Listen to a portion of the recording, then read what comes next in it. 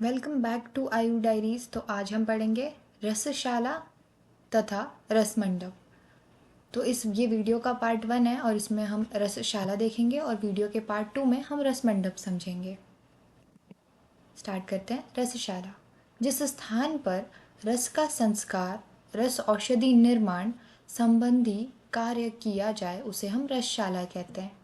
रसशाला basically आप pharmacy को consider करेंगे, मतलब वो जगह जहाँ पे मेडिसिन्स बनती हैं, कलेक्ट होके आती हैं, उनका शोधन होता है, वहाँ पे सारी फॉर्मुलेशंस रेडी होती है, पैकेजिंग होती है। वो सारा कुछ कहाँ होता है? रसशाला। जैसे हम बोलते हैं ना पाठशाला, स्कूल शाला, वैसे रसशाला जहाँ पे रस का निर्माण हो रहा है, औषधियों का निर्माण हो रहा है। ठीक है। रसशाला का स्थान, उसमें उपयोगी यंत्र उपकरण, कार्य करने वाले अधिकारी कर्मचारी आदि का विस्तृत वर्णन किया गया है। अब इस टॉपिक में आप बेसिकली क्या समझोगे कि रसशाला में क्या क्या ज़रूरी होती है, अधिकारी कर्मचारी कौन से होने चाहिए, कौन से उपकरण होने चाहिए, रसशाला किस स्थान पे बनना चाहिए, हम वो सारी हेडिंग्स के अंदर देखेंगे। तो सबसे पहले हमारा क्या आता है? रसशाला निर्माण स्थल।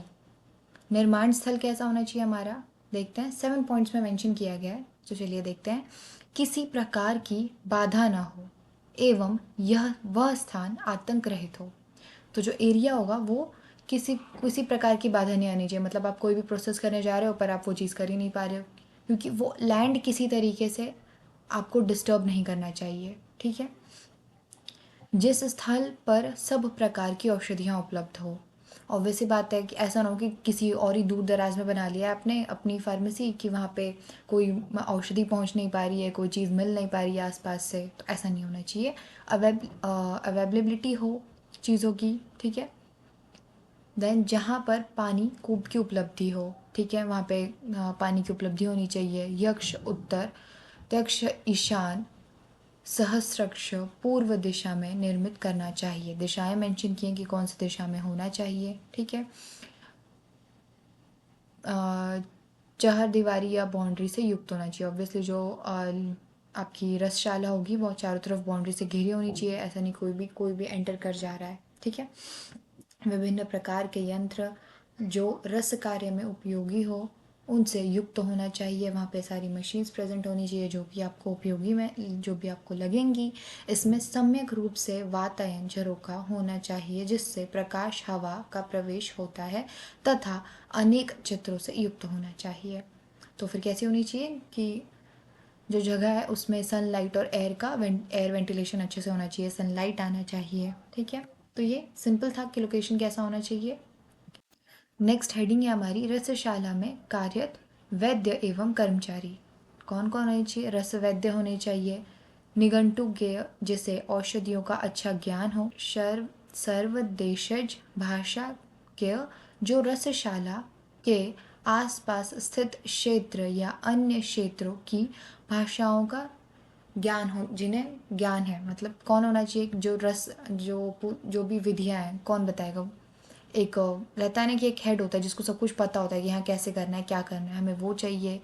एक होता है जो देख रहे हैं कि हाँ जो भी औषधियाँ आ रही हैं क्या वो सही हैं, वो शुद्ध हैं, कहीं वो कोई विष औषधि तो नहीं ला दी है। एक चाहिए हमें उनको उन सभी चीज़ों का ज्ञान और वो चेक करते रहें। और एक चाहिए कि जिन्हें जो हमारी रसशाला है उसके आसपास के लोकेशन का ज्ञान है कि हाँ ये चीज़ तो हमें हमारे आसपास से ही मिल जाएगी। ठीक है। नेक्स्ट, रसशाला में दिशा अनुसार कार्य विभाजन कार्यस्थल। अब रसशाला में क्या किया गया, दिशा के अनुसार उन्होंने विभाजन कर दिया कि इस दिशा में ये काम होगा, उस दिशा में वो काम होगा। ये इंपॉर्टेंट है, इसे अच्छे से लर्न करना। स्टार्ट करते हैं। सबसे पहले उत्तर दिशा। उत्तर दिशा में वेद कार्य होता है। उत्तर दिशा कौन सी होती है आपकी? नॉर्थ। उसके बाद हम देखते हैं उत्तर के अपोजिट क्या आता है? दक्षिण दिशा। दक्षिण दिशा में क्या कर रहे हो आप?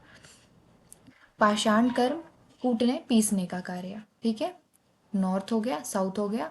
उत्तर में क्या कर रहे हो? वेद कार्य कर रहे हो। दक्षिण में क्या कर रहे हो? कुछ भी कूटने पीसने का कार्य कर रहे हो। देन उसके बाद आएगा पूर्व दिशा। पूर्व यानी ईस्ट। ईस्ट में क्या है? रस भैरव की स्थापना हो रही है। ठीक है। वेस्ट में, पश्चिम में क्या हो रहा है? शालन, धोने का कार्य हो रहा है। Clear? North south east west में क्या कार्य हो रहा है? क्लियर है? अब देखते हैं नॉर्थ ईस्ट यानी ईशान दिशा में सिद्ध औषधि तथा रसायन में उपयोगी पदार्थ का संग्रह। ईशान दिशा में आप सभी चीज़ों का संग्रह करोगे। उसके बाद साउथ ईस्ट में आग्नेय दिशा में अग्नि कर्म करोगे। उसके बाद साउथ वेस्ट में नैऋत्य दिशा में शस्त्र कर्म करोगे। देन नॉर्थ वेस्ट वायव्य दिशा में शोषण कर्म यानी सुखाने का कार्य करोगे। इस तरीके से डायरेक्शंस के हिसाब से सारे काम डिवाइडेड हैं कि ये काम उसी डायरेक्शन में होना चाहिए। ये आपको एज इट इज़ याद करना होगा। देन रसशाला में संग्रहणीय या उपकरण। अब रसशाला तो उसमें हमने कहा था ना कि हमें उपकरण वहाँ पे होने चाहिए, तो बस कौन से उपकरण होने चाहिए आप इमेजिन करके इसे लिख सकते हो। कोष्ठी होना चाहिए, सत्वपातन कोष्ठी, सुरा कोष्ठी, भूमि कोष्ठी, ठीक है। अनेक प्रकार की जल द्रोणी होनी चाहिए, ब्लोअर होना चाहिए तथा नलिका होनी चाहिए, भस्त्रिका, ब्लोअर तथा नलिका। उसके बाद स्वर्ण लौह आदि धातुओं से निर्मित कुंडिया, ठीक है, मतलब जो पतीले होते हैं वैसा कुछ चाहिए उन्हें, ठीक है।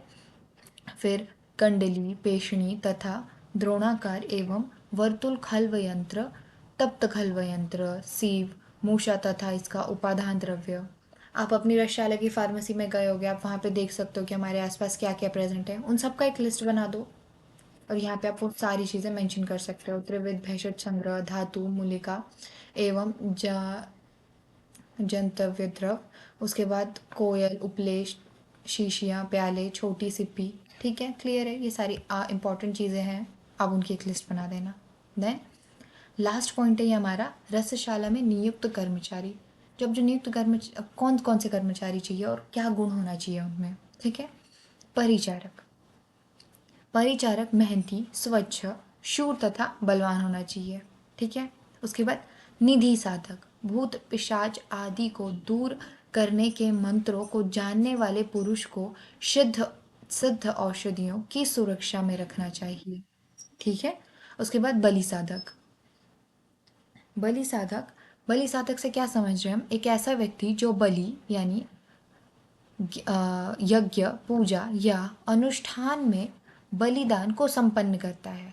बलिष्ठ यानी कि शक्तिशाली, बलवान, सत्य बोलने वाला, रक्त नेत्र का तथा कृष्ण शरीर पुरुष को इस हेतु रखना चाहिए।